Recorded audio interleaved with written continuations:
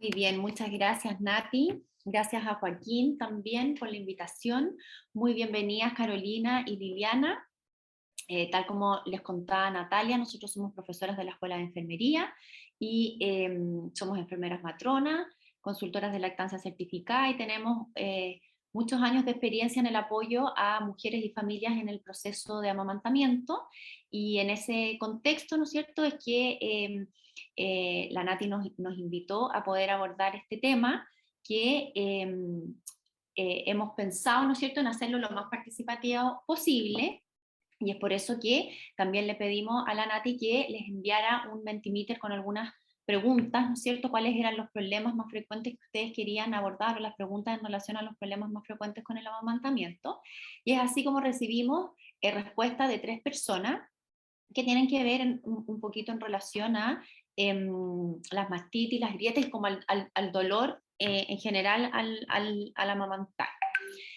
Y en ese sentido, ¿no es cierto?, antes de poder contarles nuestra experiencia con respecto a eso, bueno, voy a dejar a la Francisca para que se presente también, pero la idea es poder escucharlas a ustedes primero y para eso hemos preparado un PPT como para ir guiando la conversación.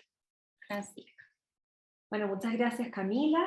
Muy agradecida también a Joaquín y a la Nati que nos hayan invitado a participar de esta semana de la lactancia, esta semana internacional, ¿no es cierto?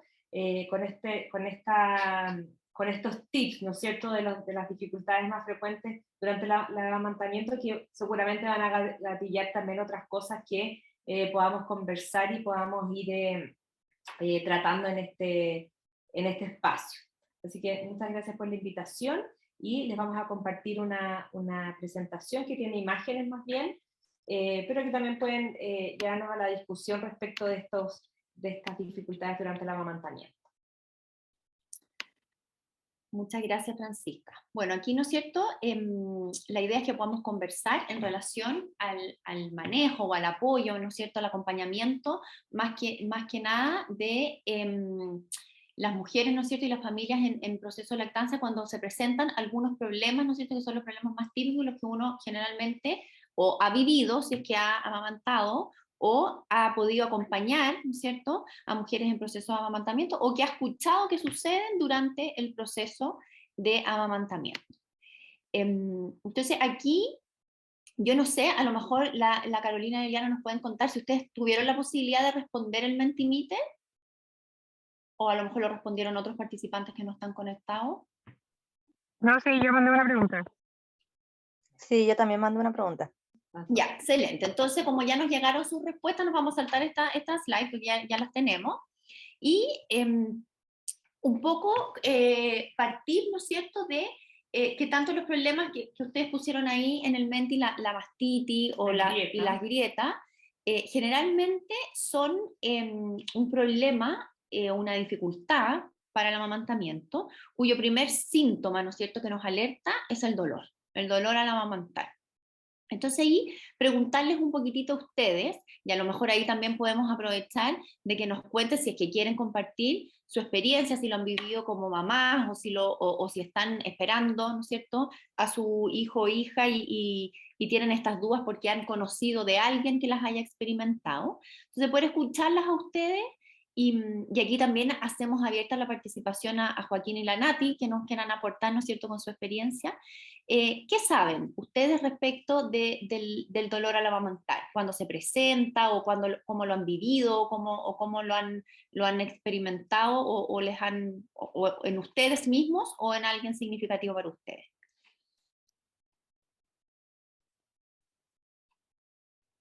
Yo había escuchado que las grietas se pueden generar por una mala técnica, como al amamantar, principalmente. Súper. Gracias, Carolina.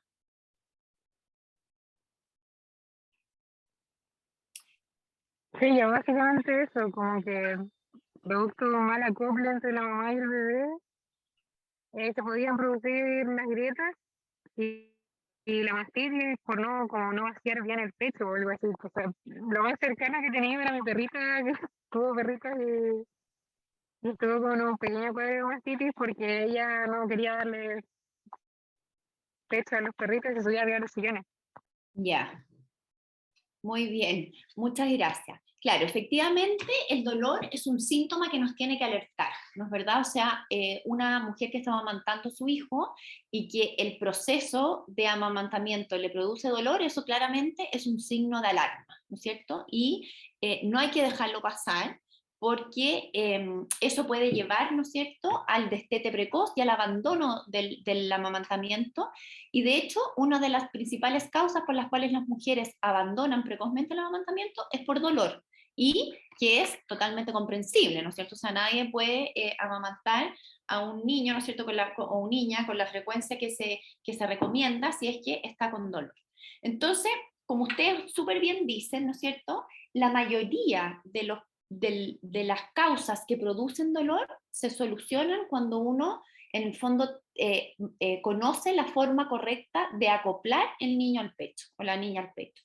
Entonces, una forma de prevenir el dolor, ¿no es cierto?, es pudiendo acompañar a las madres durante la gestación y ojalá a esa madre acompañada por su familiar o persona significativa, para que puedan comprender la importancia de este acople correcto, ¿no es verdad?, previo a que la guagua nazca, y ojalá también poder practicarlo con modelos, ¿no es cierto?, muñequitas, y que ellas puedan conocer cuáles son las estructuras anatómicas de la mama, el pezón y la areola que tienen que entrar en contacto con la boca de la guagua, cómo reconocer un acoplamiento correcto, ¿no es cierto?, al momento de que, cuando ya tenga su guaguita en brazo, porque en el fondo, si es que la mamá, ¿no es verdad?, se asegura desde un principio que la guagua está acoplada correctamente, el dolor debería ser muy poquito, no es que no se sienta nada, y eso también es importante reconocerlo y decírselo también a las mamás y a su familia,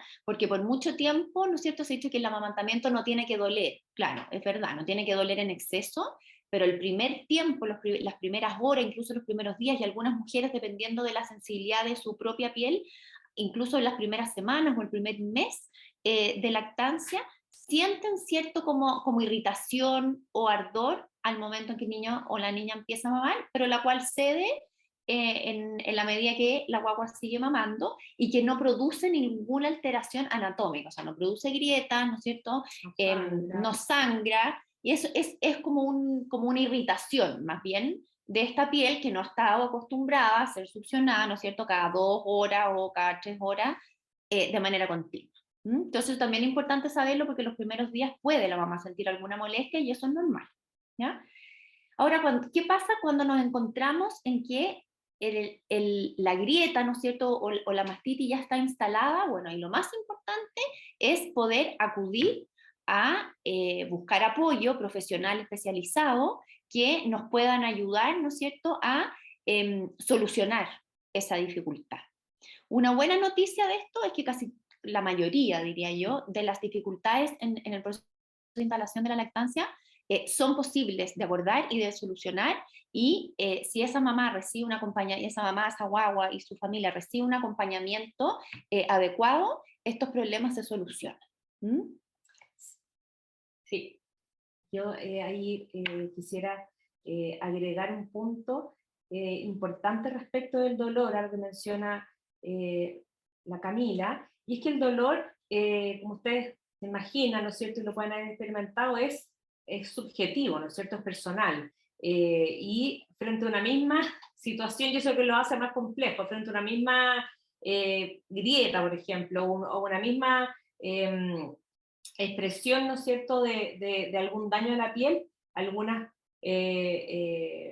personas pueden sentir un dolor que lo califican en el más agudo de su vida, y otros que hasta lo mismo es el dolor más bajo. Entonces, un acercamiento importante cuando queremos, ¿no es cierto?, apoyar a una persona durante su proceso de amamantamiento, es acoger en su dolor, y qué es lo que siente, y que ese dolor es real para esa persona, y que si no es atendido, nos va a producir otro problema que ustedes ya lo habían mencionado, que es baja producción de leche, ¿no es cierto? El hecho de que duela cuando se está amamantando una guaguita, inmediatamente todo se contrae, y la salida de la leche es menor, por lo tanto también podemos tener incluso una guaguita que sube mal de peso o que no está subiendo de peso. Entonces es un síntoma que es importante y que es necesario abordar, y ojalá abordar muy precozmente para evitar, ¿no es cierto?, que se vayan produciendo en escalada las grietas, incluso después posteriormente la mastitis, por ejemplo. Muy bien, damos la bienvenida a Natalia, que se incorporó recientemente. Natalia, estamos conversando, ¿no es cierto?, acerca de aquellos, ¿no es cierto?, dificultades o problemas que ustedes identifican que se podrían presentar durante el amamantamiento, y conversando respecto, ¿no es cierto?, de cómo podemos abordar esas dificultades para apoyar a las madres y que no tengan un destete precoz. Entonces, hasta ahora, no sé si hay alguna pregunta, a lo mejor la quieren, o algún comentario que quieran hacerlo a través del chat o o a viva voz, como se sientan más cómodas. Pero como les comentábamos, ¿no es cierto?, el dolor es importante, es un síntoma de alerta, hay que abordarlo precozmente, dado que si no lo abordamos precozmente, se produce, ¿no es cierto?, este círculo vicioso en donde el dolor inhibe la eyección, ¿no?, de la leche, y por lo tanto a la guagua le sale menos leche, y es una guagua que está irritable, que va a estar incómoda, que va a tener llanto, el llanto aumenta la angustia materna, y eso aumenta aún más, ¿no es verdad?, la inhibición del reflejo de eyección, y tenemos, ¿no es cierto?, una situación caótica para la familia, porque no hay nada más angustiante para una mamá y una familia no poder alimentar a su guaguita, y eso puede llevar, ¿no es cierto?, al fracaso. Ahora, sí, muy bien. Liliana, te escuchamos. Ya, lo que pasa es que mencionaron esto de como el acompañamiento durante la gestación. Para el tema de la lactancia, como ¿qué recomiendan? Porque yo estoy gestando y como que lo más cercano he visto así como asesoría, pero constan como una clase, así como un taller para ver el tema de cumplir. No sé si estará bien como un taller antes del parto, o qué es lo más recomendable. Súper buena pregunta, Liliana. ¿Y tú estás en control en tus spam o dónde te controla? Ay, yo me estoy atendiendo en la clínica Santa María. Ah, ya.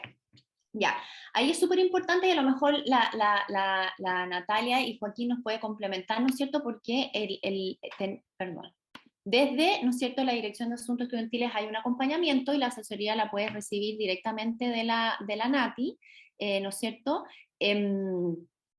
Y porque en el sistema público de salud, ¿no es cierto?, las mujeres que controlan su gestación en los centros de salud son beneficiarias del programa Chile Crece Contigo, el cual incluye, ¿no es cierto?, una serie de talleres y encuentros prenatales con diversas temáticas en relación a la gestación, ¿no es cierto?, al parto, y uno de ellos es específicamente de lactancia. Ahora, muchas veces pasa que en el sistema privado, ¿no es cierto?, el Chile Crece Contigo es una recomendación, ¿no es verdad? Y puede que no hayan, pero también puedes acudir a la matrona de tu equipo. ¿Qué edad gestacional tienes? ¿Cuántas semanas de embarazo tienes? 6. ¿6 semanas? No, 26.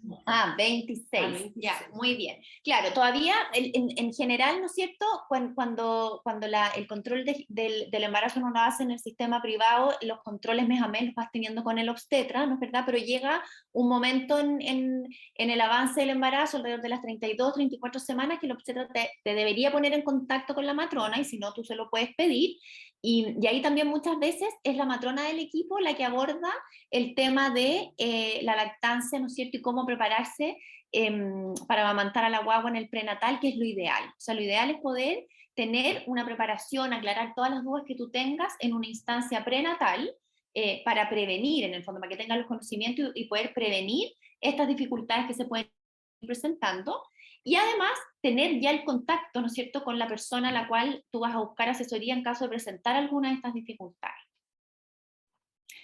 Yo creo también que es importante mencionar, Liliana, que las investigaciones dicen que toda persona que se interese, ¿no es cierto?, y averigüe, se instruya pensando en esto, que si un taller es suficiente, que, por ejemplo, que asista a ver presentaciones o que lea respecto del tema, ya hay una predisposición a que tenga todas las herramientas para poder estar alerta frente a dificultades y poder perseverar, ¿no es cierto?, en el amamantamiento.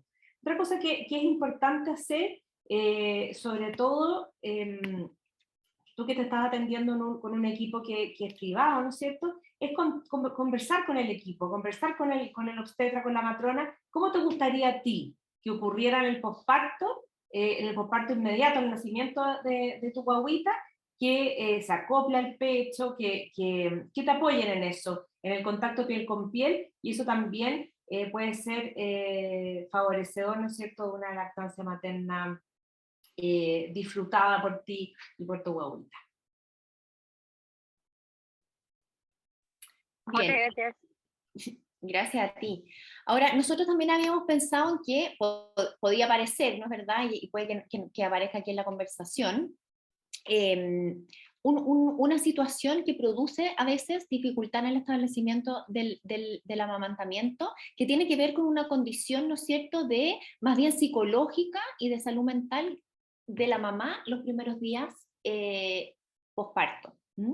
Es un estado fisiológico, o sea, esperable, le da lo experimentan, ¿no es cierto?, lo viven un porcentaje importante de mujeres, dependiendo de la evidencia, alrededor de, a veces hay papers que dicen entre el 60 y el 80% de las mamás presentan esto que se llama como maternity blues o baby blues, o disforia puerperal, que tiene un nombre así como más psiquiátrico, que suena, puede sonar, ¿no es cierto?, como muy impactante, pero la verdad es que es un estado de la habilidad emocional propio del proceso del posparto, que se ha asociado también al cambio hormonal que se produce, ¿no es verdad?, una vez que se produce el nacimiento, el alumbramiento, la salida de la placenta, y empiezan entonces a actuar las hormonas de la lactancia, que son la prolactina y la oxitocina, y en este ajuste hormonal, algunas mamás lo experimentan con una labilidad emocional que se ve, ¿no es cierto?, reflejada en que se siente un poco más angustiada, está mucho más sensible, ¿no es cierto? Generalmente refieren que llorar, ¿no es cierto?, por todo, por cosas que antes no lloraban, quizás agobiadas también por la sensación, ¿no es cierto?, de tener a esta guagüita recién nacida y que hay que hacerse cargo, ¿no es cierto?, de este niño o niña, que es muy demandante, como lo es un recién nacido, ¿no es cierto? Y muchas veces, ¿no es cierto?, esta sensación que la mamá no reconoce como propia, la lleva a consultar, ¿sí? O hay veces en que no es la mamá la que consulta, sino que es la pareja o su propia mamá, ¿no es cierto?, los familiares que están alrededor, que en el fondo se dan cuenta que hay una situación que no comprenden por qué está sucediendo. Esto es súper normal y es importante también adelantárselo y saber con anticipación que esto puede pasar. Este maternity o baby blues, si la mamá está acompañada, contenida emocionalmente, ¿no es cierto?, va a pasar de manera espontánea, ¿sí? Y ella se va a ir ajustando a esta nueva realidad, ¿no es verdad? Y debiera resolverse y ella volver a sentir, ¿no es cierto?, a sentirse como se sentía previo al nacimiento de la guagua, en un lapso, ¿no es cierto?, de 3 a 4 semanas. Y eso es esperable, el primer mes del puerperio, del posparto. Sin embargo, si esta sensación, ¿no es cierto?, se perpetúa en el tiempo, hay que poner ojo, ¿verdad? Porque puede ser que ya no estemos en frente a este baby o maternity blues, sino que puede ser que la mamá esté desarrollando otra condición, que es una depresión postparto, que esa sí es una condición, ¿no es cierto?, de una patología, y que es importante que esa mujer sea atendida por un especialista, ¿no es cierto?, que en este caso es un médico psiquiatra, quien va a diagnosticar la enfermedad y va a tratarla como corresponde, ¿sí? Tiene tratamiento, el tratamiento es compatible con la lactancia y es muy importante que las mujeres con depresión postparto sean, ¿no es cierto?, diagnosticadas precozmente y tratadas oportunamente. De hecho, las mujeres que se atienden en el sector público de salud, por norma ministerial, al control de salud de la guagua a los 2 meses de vida y a los 6 meses de vida, se aplica una escala que se llama escala de Edimburgo, que es una escala de screening, ¿no es cierto?, para saber si esta mujer está en riesgo o no de desarrollar una depresión postparto, y si está en riesgo, se deriva, ¿no es cierto?, al profesional correspondiente para ser diagnosticada y tratada. ¿Mm? No sé si ustedes han escuchado hablar de esto, han tenido algún acercamiento, alguna experiencia. Camila, sobre este tema, el martes tuvimos de hecho una charla donde hablamos de esto y qué genial poder retomarla hoy, que es la última charla que tenemos, porque así logramos comprender en el fondo todas las aristas que tiene la lactancia materna. O sea, lo explicamos, ¿cierto?, en la charla de la mañana, que no es tan solo, no tiene tan solo una función de alimentar al niño, sino que se relaciona con el aspecto emocional, con la prevención de enfermedades, que también lo habló Joaquín el día de ayer. Tiene un montón de aristas y es muy importante acá también la conexión que estamos haciendo con esto en el fondo, que es como tú lo dijiste antes, como un círculo vicioso finalmente de cosas. O sea, si tengo dolor, va a repercutir en todas las otras áreas. También, si tengo algo relacionado con salud mental, también va a repercutir en la lactancia, en el correcto ejercicio de la lactancia. Entonces, qué bueno poder complementarlo. Y Carolina y Liliana creo que también estuvieron en esa charla que tuvimos sobre depresión postparto y la prevención. Y qué bueno también que ahí tú entregues, ¿cierto?, este dato, que es que, ¿cierto?, a través de los controles que hay postparto también se chequea esta parte en salud mental, entendiendo la importancia que tiene también en no tan solo lo que es la lactancia materna, sino que en el bienestar materno, y eso va a repercutir indirectamente en lo que es el desarrollo del niño los primeros meses.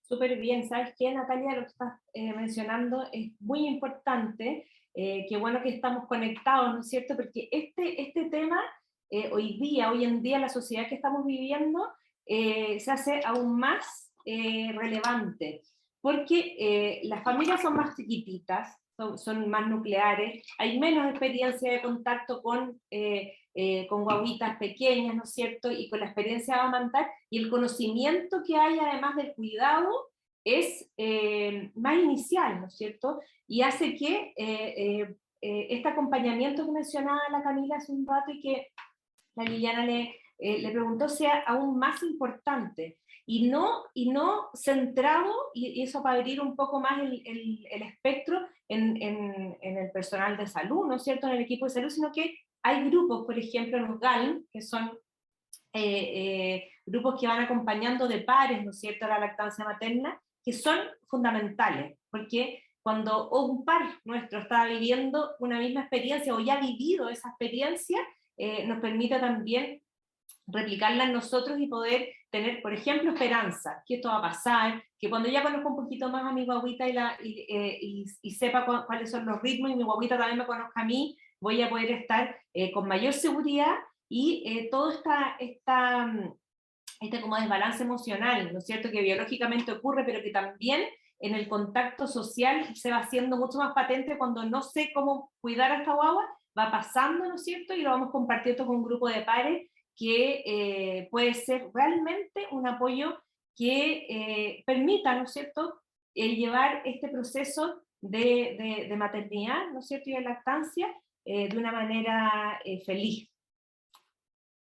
Sí, es muy importante hacer tribu, ¿cierto? Estos grupos de mujeres que están viviendo lo mismo que yo, y más aún si está encabezado quizás por alguien que tiene un poco más de conocimiento en el área, puede ser muy beneficioso. Así que también hay una invitación a vivir este proceso acompañada, ¿ya? Quienes no han sido mamá, quizás si les toca más adelante, o si tienen alguna conocida, amiga, compañera, que esté viviendo este proceso, la idea es hacer esa invitación a estar acompañada e informada. Muy bien, súper relevante la salud mental dentro, ¿no es cierto?, del bienestar y también como parte de las dificultades del amamantamiento, porque uno muchas veces cuando dice problema de lactancia piensa que son más bien problemas físicos, ¿no es cierto?, o de la mama, de la mamá, la grieta, la mastitis, la congestión, o del niño, pero hay veces en que uno hace este examen físico y no hay nada, y uno dice no tiene nada, pero resulta que hay mucho, y que puede ser, ¿no es cierto?, en el ámbito de esta sensación de sentirse sola, ¿no es cierto?, de sentirse agobiada, y lo que más necesita esta mamá es acompañamiento primero que nada de su primera red de apoyo, ¿no es verdad?, también de la tribu, que ojalá se viva este proceso acompañada por pares, y bueno, y con el equipo de salud que la atiende, pero es lo que más lejanos estamos en el día a día del proceso de amamantamiento. Entonces, como importante también activar esta red de apoyo. Otra cosa que es muy frecuente, ¿no es cierto?, y que las mamás y las familias en general es causa de consulta, es que el niño rechaza el pecho o el niño no quiere mamar, ¿no es cierto? Y ahí preguntarles a nuestros participantes si han escuchado esto o por qué creen ustedes que podría suceder, ¿no es cierto?, que la guagua en algún minuto rechazara el pecho o no quisiera mamar.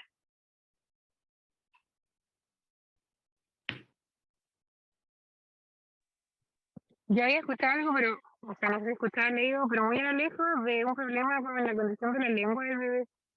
No sé si... Muy bien, Liliana. Sí, excelente. Hay niños, efectivamente, que tienen un problema anatómico, ¿no es cierto?, que se llama anquiloglosia, que es que el frenillo sublingual es muy cortito. ¿Mm? Y eso les dificulta acoplar el pecho de manera correcta, porque lo que tiene que hacer la guagua, ¿no es cierto?, es en el fondo adelantar con su lengüita por sobre la encía inferior y con eso tomar el complejo pezón y areola.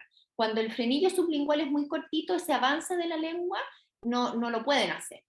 Y eso genera frustración en la guagua, ¿no es cierto?, porque no es capaz de remover la leche adecuadamente y por lo tanto no satisface su hambre, entonces es un niño irritable, y en la mamá el hecho de que el niño se acople de manera inadecuada produce dolor y si es que eso no se corrige a tiempo puede producir grieta. Entonces, efectivamente ahí tenemos una situación que es bien crítica y que ojalá hay que diagnosticarla lo más precozmente posible, por eso es súper importante que cuando los niños van a control de salud, ¿no es cierto?, sobre todo el control, eh, idealmente el control que se hace, ¿no es cierto?, durante la estadía en el puerperio, en la maternidad, pero también después al ingreso al control de salud una vez dado de alta la maternidad, que es los primeros 7, ¿no es cierto?, 10 días de vida, y en el control del mes se haga un examen, ¿no es cierto?, de succión y se examine la boca y la lengua, especialmente de la guagua, justamente para descartar que haya alguna anomalía anatómica en el frenillo. Y ahí la solución que hay, ¿no es cierto?, es dependiendo de cuán avanzado sea este frenillo cortito. Hay veces en que mejorando la posición, por ejemplo, para amamantar, la lengua se protruye un poquitito más y posicionalmente uno pudiera ayudar. Pero la resolución final es quirúrgica. O sea, lo que hay que hacer ahí con esa bobita es que hay que derivarla a un cirujano pediátrico para que corte ese frenillo y entonces la lengua quede libre para poder acoplarse como corresponde. Una cosa también que puede generar, ¿no es cierto?, este rechazo al pecho es lo que hablábamos previamente, ¿no es cierto?, esta tristeza, ¿no es cierto?, que tienen algunas mamás, como disconfort que sienten, hace que, como las guaguitas también son pura emoción, ¿no es cierto?, son puro sentimiento, que perciben esta sensación de la madre y también rechazan. Entonces ahí es nuevamente muy importante el acompañamiento para poder identificar, porque produce mucha frustración y mucho temor en las mujeres cuando la guaguita no quiere acoplarse, o sea, sienten el rechazo efectivamente de su guaguita y hay que apoyar, ¿no es cierto?, y buscar estrategias para que se contacte el piel con piel, que se puedan equilibrar las emociones, ¿no es cierto?, entre la guaguita y su mamá, darle confianza a esa mamá que va a poder conocer en profundidad su guagua y van a poder entenderse para que vuelva a acoplarse al pecho, porque hay ocasiones, y que no son pocas al inicio, en que solamente es algo de tensión que siente la madre y preocupación cuando se va a poner a su guaguita al pecho, que hace que la guaguita no quiera realmente acoplarse. Y ahí va a requerir que tenga apoyo tanto de la familia, ¿no es cierto?, pero también de un grupo de confianza que pueda acompañar. Y ahí lo que ayuda mucho, ¿no es cierto?, a restablecer esta conexión es favorecer el contacto piel con piel frecuente, ¿no es cierto? Se habla mucho del contacto piel con piel inmediato cuando la guagua nace, pero ese contacto piel con piel, lo ideal es repetirlo, ¿no es cierto? Sobre todo el primer mes de vida del niño, para que tanto la mamá como el niño vayan reconociéndose, vayan adaptándose, ¿no es cierto?, a esta nueva conexión que es extrauterina, ¿no es verdad? Las guaguas en general se calman mucho en contacto piel con piel porque han estado acostumbradas a esta contención, ¿no es cierto?, física adentro del contenida por las paredes del útero de la mamá. Entonces calma mucho al niño, a la niña tenerla, ¿no es cierto?, en contención piel con piel. El porteo también es una excelente medida, ¿no es cierto?, práctica para favorecer también este contacto prolongado en el tiempo. ¿Sí? Los seres humanos somos mamíferos y necesitamos estar en contacto piel con piel físico, una contención física con nuestra mamá o nuestro papá también. Por supuesto que los papás pueden participar activamente de esta práctica. Otra de las causas por las cuales la guagua podría rechazar el pecho es por una condición, ¿no es cierto?, propia de la mamá, que hay mujeres que lo tienen y otras que no, que es un reflejo de eyección de leche muy poderoso. Cuando la guagua se acopla al pecho y empieza a succionar, la propia succión del niño desencadena, ¿no es cierto?, por un estímulo hormonal, que la leche se eyecte a través de la oxitocina, que es la hormona encargada de eyectar la leche. Hay mujeres que tienen este reflejo bastante exagerado, ¿sí? Entonces cuando la guagua empieza a mamar, en vez de salirle gotitas de leche, le sale un chorro de leche, una descarga de leche inicial muy grande, y eso hace que el niño o la niña se atore mientras está mamando, sobre todo en los primeros minutos de amamantamiento. Ese gran chorro, esa gran descarga de leche, hace que el niño o la niña suelte el pecho, y cuando quiere volver a acoplarse se encuentra de nuevo con esta gran descarga y lo vuelve a soltar y no puede tomar rítmicamente, acompasadamente. Entonces puede llorar y tender a rechazar el pecho. Y eso se puede manejar, ¿no es cierto?, cambiando la posición de amamantamiento a una posición en que el niño quede más enfrentado, ¿no es cierto?, a la mama, para que su boquita tome el pezón y la areola de manera más horizontal, o sea, más transversal y no tan horizontal como en las posiciones acunadas, y de esa manera el chorro de leche, en vez de llegar directo como a la garganta, choca primero en el paladar y luego baja, y con eso disminuye la fuerza del flujo y la guagua, ¿no es cierto?, puede manejar mejor este gran volumen de leche. Generalmente los niños se acostumbran a estas mamás, ¿no es cierto?, poderosas en su primera descarga, y después no tienen inconveniente en tomar grandes volúmenes de leche. Pero al principio, ¿no es cierto?, cuando la lactancia se está instalando, eso podría provocar alguna dificultad, y aparentemente, ¿no es cierto?, pensar que la guagua rechaza el pecho, pero no es que rechace el pecho, sino que tiene este gran flujo que hay que manejarlo. En algunos casos, cuando la descarga es muy, muy grande, también se puede recomendar extraerse esos primeros minutos de leche para que esta gran descarga inicial no sea al interior de la boca de la guagua, y una vez que el flujo disminuye, ¿no es cierto?, acoplar directamente el niño al pecho.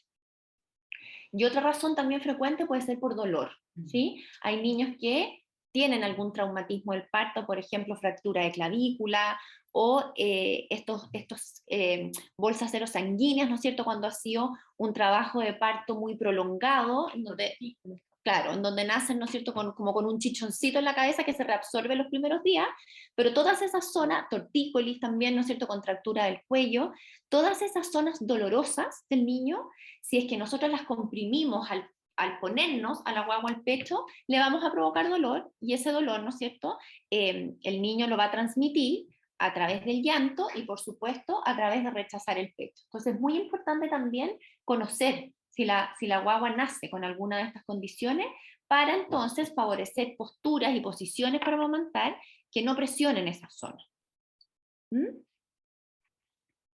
No sé si hay algún comentario o pregunta hasta acá.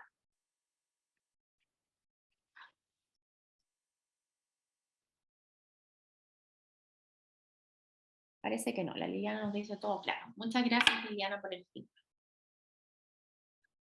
Ahora seguimos con este tema que quizás lo podemos también avanzar a la siguiente, Gaby, que están muy relacionados, que es el niño que no sube suficientemente de pecho, asociado a lo que ya habíamos visto previamente, ¿no es cierto? Puede ser, por un lado, tener efectivamente dolor. Una asociación es que hay dolor, se inhibe la eyección de leche, entonces no toma suficiente, y el rechazo al pecho, por cualquiera de las causas que sea, hace que también sea poco frecuente el acople, el tener grietas, ¿no es cierto? Que al no poder ponerse la bobita al pecho también hay una ingesta de leche insuficiente, y este que está aquí, que es el espaciar las mamadas por mucho más de lo requerido, hace que los niños estén somnolientos, ¿no es cierto?, que no tengan ganas de despertarse para gastar energía y poder acoplarse al pecho, y hay también un lento incremento de peso o hay una baja de peso, dependiendo del grado que sea, ¿cierto? Entonces ahí un poco preguntarles, ¿cuánto creen ustedes que sería lo ideal de frecuencia de amamantamiento los primeros días, ¿no es cierto?, los primeros días postparto?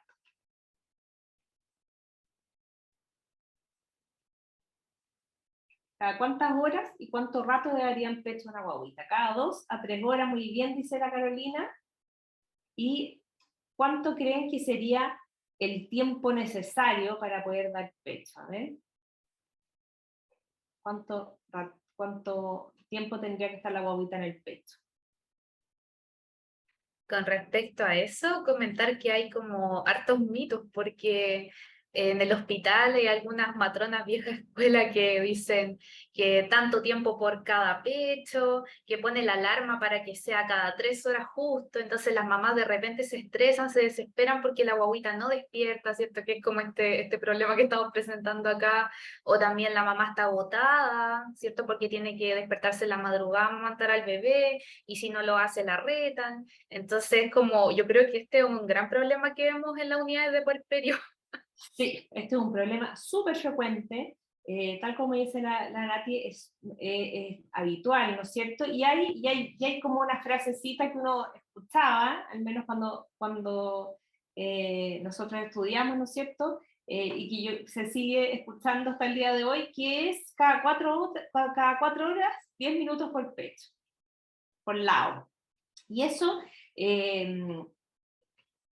no, está alejado de lo que debiese ser. Y como dice la Liliana, dice, yo creo que debiese ser lo que la guaguita quiera, sí, ¿no es cierto? Por un lado, sí, también como dice la Carolina, que no pasen más de 2 a 3 horas. Y eso es especialmente importante al principio, cuando la guaguita nace y se está entrenando, ¿no es cierto?, para alimentarse solita. Es importante que estemos pendientes que no pasen más de 2 a 3 horas entre las mamás, ¿no es cierto?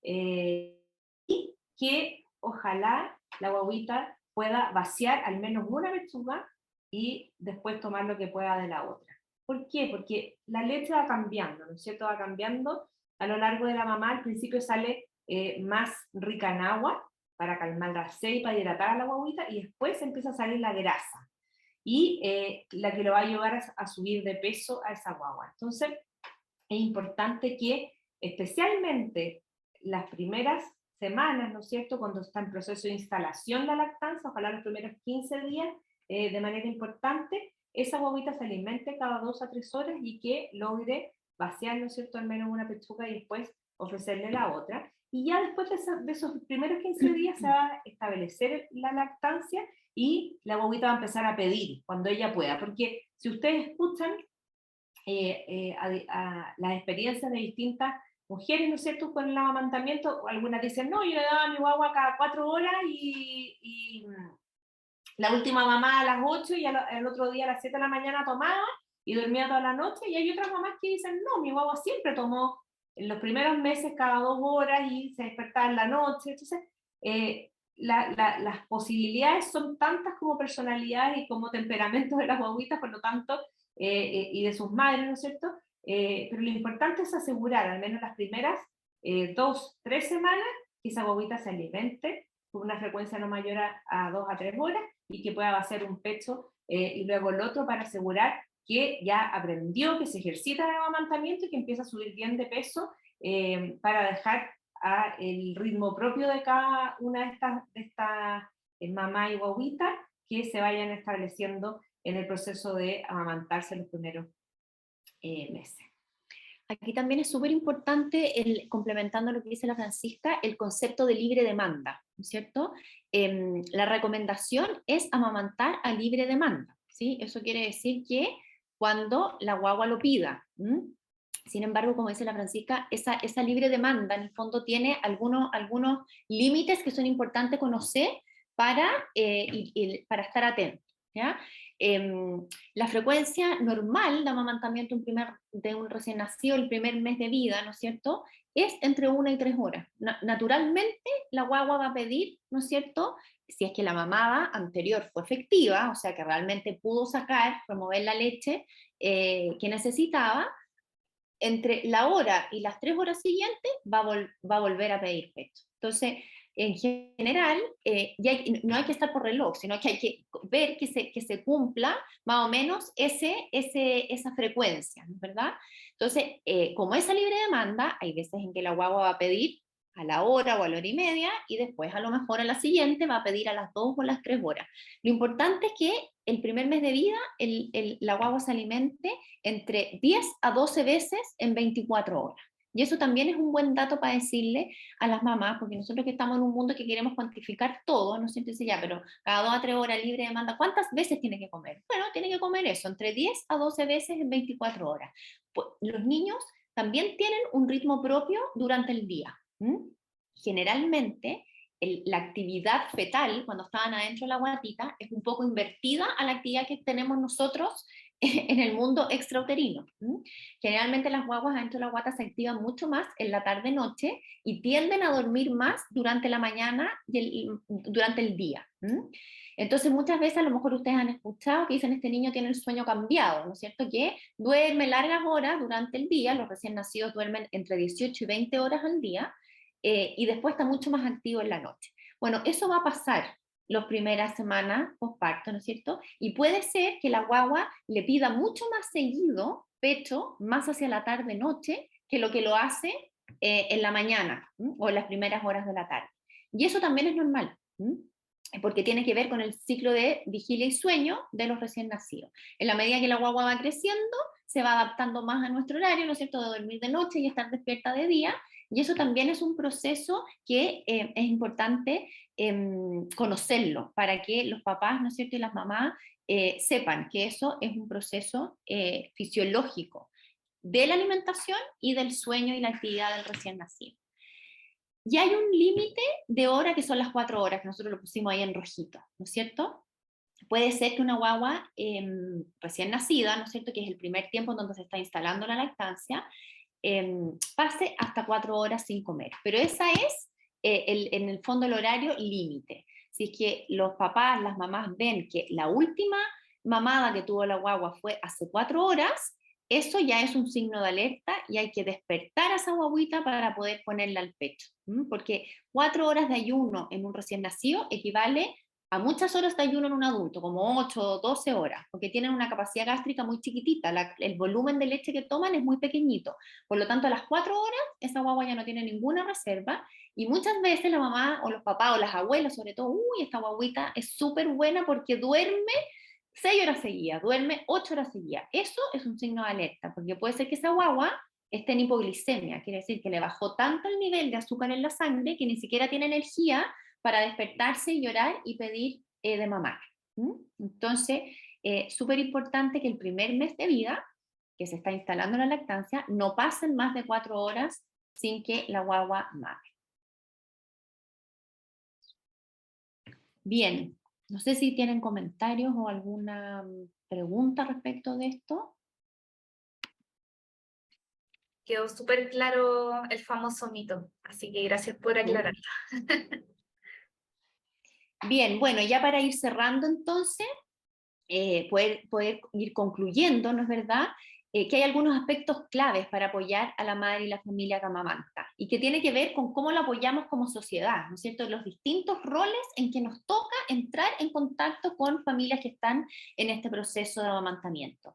Y lo más importante es el acompañamiento libre de juicios, ¿no es cierto? La lactancia, si bien es cierto, como decía la Nati, es una práctica de alimentación, es mucho más que una práctica de alimentación, es más bien una práctica social, ¿no es verdad? Y hay elementos culturales que nosotros tenemos que respetar en las diferentes familias, ¿no es verdad? Hay mujeres y familias que no tienen ningún problema, por ejemplo, en amamantar en público, hay otras que prefieren no hacerlo, ¿no es verdad? Hay algunas mujeres y familias que están muy convencidas de amamantar a sus hijos, hay otras que no tanto, ¿no es verdad? Hay otras que tomaron la decisión de no amamantar, y eso también es respetable. A nosotros desde la vereda de los profesionales de la salud tenemos que respetar esas decisiones siempre y cuando las familias estén tomando esa decisión informadamente, ¿no es cierto? Y ustedes lo vieron en charlas anteriores, todos los beneficios que la lactancia tiene, y por lo cual son las razones por las cuales se recomienda, ¿no es cierto? Pero si una familia, una mujer, su pareja, en conocimiento de todos esos beneficios y en conocimiento también de los riesgos que significa no amamantar, toman la decisión de no amamantar a su hijo, también es importante apoyarlo, y que no se sientan enjuiciados. Lo otro súper importante también es el periodo de duración del amamantamiento. Por mucho tiempo, ¿no es cierto?, se dijo que había que destetar a los niños a cierta edad. Bueno, la evidencia hoy día ha demostrado que la lactancia materna, independiente por cuánto se prolongue, tiene muchos beneficios, se va adaptando también a las características y las necesidades de los niños en las distintas etapas. Entonces, si bien hay una recomendación mínima, que es exclusiva hasta los 6 meses y luego, ¿no es cierto?, complementada con alimentos sólidos, hasta los 2 años o hasta que la familia decida. Y eso también es importante, acompañar en esa decisión y también acompañar en el destete, porque la evidencia reporta que es ese periodo también un periodo súper sensible. Las mujeres se sienten muy solas en la toma de decisión cuando destetar. Porque generalmente están muy acompañadas al principio, ¿no es cierto?, por la familia, por la pareja, por el equipo de salud, para que esto se instale, pero una vez que la lactancia ya está instalada y tanto el niño o la mamá deciden destetar, ¿no es cierto?, ojalá sea una decisión mutua, las mujeres muchas veces se sienten solas en ese proceso, y es importante no olvidarlas ahí.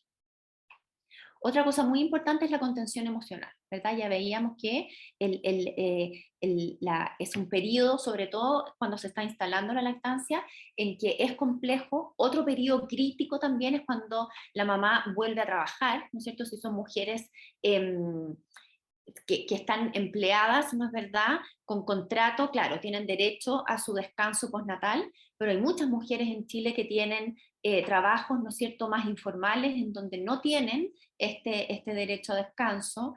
Las estudiantes también, ¿no es cierto?, no tienen los mismos beneficios que tiene una mujer que trabaja, ¿no es cierto?, formalmente. Por lo tanto, aquellas instancias en donde la mamá por alguna razón tiene que separarse la guagua, ya sea por estudio, por trabajo, o muchas veces por estudio y trabajo, porque hace las dos cosas a la vez, también son periodos críticos y sensibles en donde la mujer, ¿no es cierto?, y la familia necesitan sentirse apoyadas, contenidas. Y ahí también es muy importante el tercer punto que le ponemos, que es estar atento a las necesidades particulares. La Francisca en algún minuto lo dijo, pero es súper importante pensar que cada mamá con su guagua y la familia que la rodea es un mundo en sí mismo. Y por lo tanto, el apoyo que van a necesitar va a ser siempre, ojalá, orientado a esas necesidades de esa familia en ese contexto y en ese minuto. Y ahí surge con mayor fuerza, quiero volver a repetirlo, porque el GAL, que son los grupos de apoyo a la lactancia materna, tienen ahí un conocimiento, como tenemos cada uno un conocimiento particular por las experiencias que vamos viviendo, ¿no es cierto?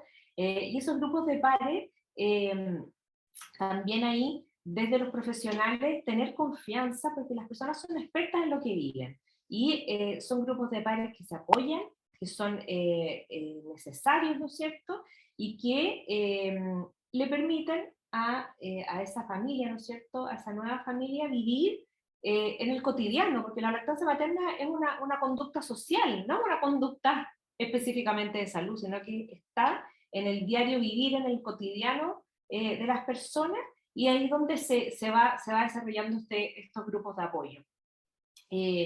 Estar atentos a las necesidades, como decía la Camila, particulares es importante, porque por muchos años desde salud hemos impuesto cosas que son necesarias de abordar en determinado momento, y no necesariamente las familias necesitan eso en particular, sino que quieren otras cosas, necesitan otro tipo de apoyo, y es importante que estemos alertas y atentos a brindar ese apoyo tal como lo pide esa mamá, esa bobita y su familia.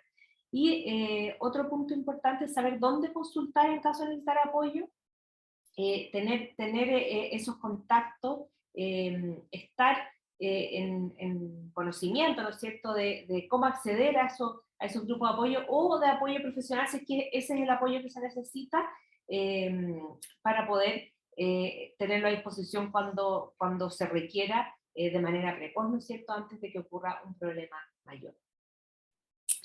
Bueno, ahí para ir cerrando, la Nati, ¿no es cierto?, tienen aquí unas consejerías de apoyo a la lactancia, así que también está ahí el servicio desde la DAE. Y queríamos cerrar, ¿no es cierto?, con el logo de la Semana Mundial de la Lactancia Materna este año, que va justamente enfocado a eso, ¿no es cierto?, al impulsar la lactancia materna, apoyando y educando. Eso era lo que nosotros queríamos hoy día, habíamos preparado para compartir con ustedes. Y tenemos quizás algunos minutitos, si es que nos quieren comentar algo, o ya podemos ir cerrando. Chicas, para complementar un poco esta última parte que mencionaron, me parece muy interesante y concluye en verdad todo lo que hemos querido transmitir en esta jornada. Dentro de los apoyos que se han generado en la UC para, por ejemplo, esta etapa de gestación, posparto, lactancia materna, es el tema de la suspensión por salud física, donde va incluida esta suspensión por lactancia. Así que para que sepan las estudiantes que estén en periodo de gestación o que se encuentren en lactancia o tengan alguna compañera conocida que esté en este proceso, existe en la universidad esa posibilidad. Y al suspender por salud no hay ningún perjuicio con lo que son becas, beneficios, etcétera. En el fondo, para poder facilitar este periodo de descanso que necesita la estudiante, ¿cierto?, para poder dedicar al cuidado de su bebé. Así que para que sepan que está ese beneficio, y como muy bien comentaba Camila y también Francisca, tenemos en el programa Madres y Padres de Salud y Bienestar Estudiantil este espacio también de consejerías donde podemos hablar sobre lactancia, también sobre gestación, orientamos también a los y las estudiantes que son mamás y papás en diferentes beneficios que pueden optar dentro y fuera de la universidad, así que para que sepan que ese apoyo también está, los podemos acompañar con todo este proceso. Muy bien, bueno, muchas gracias Natalia, Joaquín, Carolina, Liliana y Natalia por su participación, y bueno, le deseamos el mayor de los éxitos. La Liliana, que está esperando guagüita, también que tengas un muy lindo parto y un proceso de lactancia también satisfactorio para ti, tu guagüita y tu familia. Muchas gracias. Muchas gracias. A los agradecimientos, que les vaya muy bien. Les estoy poniendo aquí en el chat nuestros correos, por si quisieran contactarse en algún momento con nosotras para discutir estos u otros temas de lactancia que necesiten. Muchas gracias por la excelente disposición que han tenido, chicas, de verdad. Nos sentimos muy felices de poder contar con ustedes en Salud y Bienestar Estudiantil, así que espero que podamos seguir trabajando en conjunto, y damos por finalizadas las jornadas con esta gran presentación que nos dio Camila y Francisca, así que agradecida de quienes nos han acompañado estos días, tanto expositoras, expositores, como también es parte de la comunidad que ha participado, así que eso, ay, me da pena, no quiero terminar con la jornada. Para enrolarte y te van a hacer poner tu huella digital, Ay, y después tú pones tu huella digital en ese lector y vas a poder pasar. Es la Naya. sí, estaba hablando la Naya de ahí. Te reconocí la voz. Sí. Sí, así Ya. que eso, vamos a detener ahí la grabación.